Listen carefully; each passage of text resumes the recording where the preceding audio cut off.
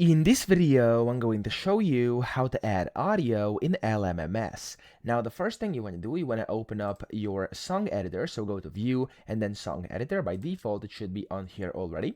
And then you want to go and basically add a new sample track. So just click on Add Sample Track. It's over here for me. Then you want to click wherever you want to add your audio, for example, over here. And then it's going to kind of show you and pop up this yellow block. So just double click on it. It's going to open the Open Audio File menu. And from here, you can just find your audio file. So for example, I go to my downloads folder. I have a audio sample over here. This is an OGG file, and down here at the bottom, it shows exactly which file of which file types they support. So as you can see, they have the WAV, OGG, DS, FLAC, SPX, VOC, AIF, AIFF, AU, and RAW. Okay. So of course, select the one that's the most relevant to you. I'm just going to basically select OGG here. If you have like MP3s or something that you usually use and you actually can't import it, there's an easy fix for this. You could go online and just use any of the converters. You can convert into any of these formats, and when you do that, you can upload your OGG or whatever file you have by clicking open, and there we go. Here's my audio.